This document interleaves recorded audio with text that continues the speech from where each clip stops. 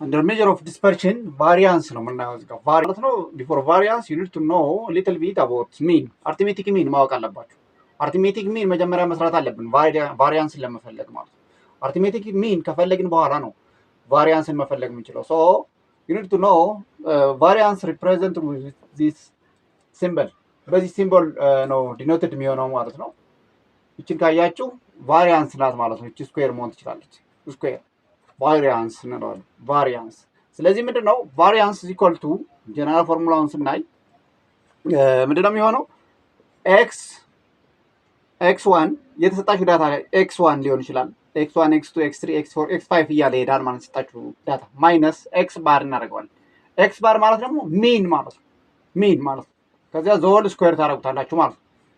so you need to add all of them የተሰጣችሁን ዳታ x2 minus x bar the whole square እያላችሁ ትሄዳላችሁ ማለት ሲደመር ይቀጥላል ማለት ነው።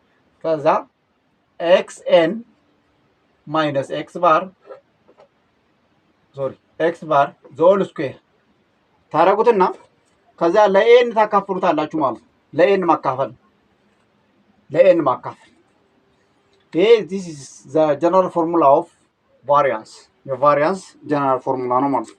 ይችኛዋን ስኩዌሯን ብታጠፋት አንድ ራዲካል ስታስገቡት ይሄኛውን ማለት ነው። ይሄኛው አንድ ራዲካል ሲገባ ምን ይሆናል?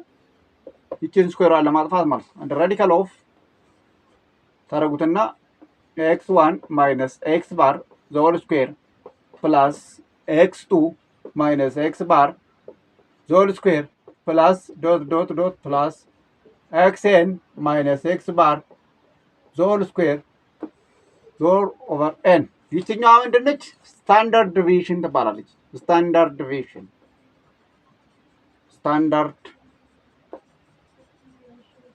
ዲቪዥን ይችኛዋ ቫሪያንስ ትባላለች። ቫሪያንስ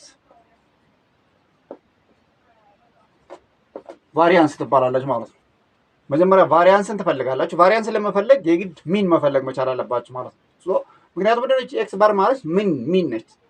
you need to find the mean of the given data የዛን ዳታ ከፈለጋችሁ በኋላ ቫሪያንስ ትፈልጋላችሁ። ቫሪያንስ ካገኛችሁ በኋላ አንድ ራዲካል ማስገባት the square root of variance is equal to standard deviation። ስለዚህ እነዚህ ሶስቶች የተያያዙ ናቸው ማለት ነው። ሚን ትፈልጋላችሁ። ሚን ከፈለጋችሁ በኋላ ቫሪያንስ ትፈልጋላችሁ። ቫሪያንስ ካገኛችሁ በኋላ ስታንዳርድ ዲቪዥን ትፈልጋላችሁ ማለት ነው።